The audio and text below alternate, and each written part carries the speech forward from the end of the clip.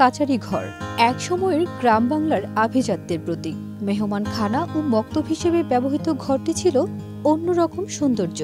আধুনিকতা ও প্রযুক্তির ছোঁয়ায় গ্রাম বাংলার ঐতিহ্য বা আভিজাত্যের সঙ্গে সম্পৃক্ত কাচারি ঘর এখন বিলুপ্তির পথে। গ্রামগঞ্জের হাতে গোনা দু একটা বাড়িতে কাচারি ঘরের অস্তিত্ব খুঁজে পাওয়া যায়, তবে তা পড়ে আছে জরাজীর্ণ অবস্থায়। ইশাখার আমলে কর্মচারীরা বাড়ির দরজায় অবস্থিত কাচারি ঘরে বসে খাজনা আদায় করতেন।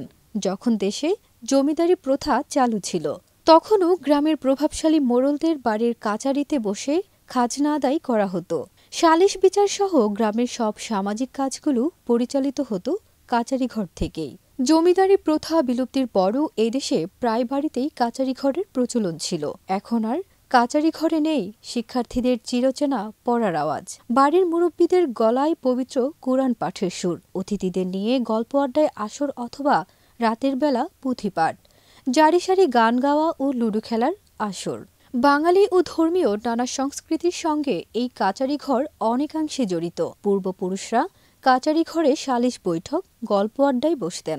এ ঘরেই রাত যাপন করতেন বেড়াতে আসা অতিথি অথবা পথচারী বা মুসাফির। অনেক সময় জায়গির বা লজিং মাস্টারও এ ঘরে থাকতেন, যে কারণে সে সময় রাতের বেলা বাড়িতে চুরি ডাকাতিও কম হতো। কাচারিতে বাড়ির স্কুল কলেজগামী ছেলেরা পড়াশোনা করত। দিনের বেলা কাজের শ্রমিকরা ক্লান্তি দূর করতে বিশ্রাম নিত এই কাচারি ঘরে। বাড়ির পূর্বপুরুষদের নানা স্মৃতি বিজড়িত এই কাচারি ঘর সত্যি প্রাচীনকালের ঐতিহ্য বহন করে চলেছে। তবে কালের বিবর্তনে হারিয়ে যাচ্ছে সেই কাচারি ঘর।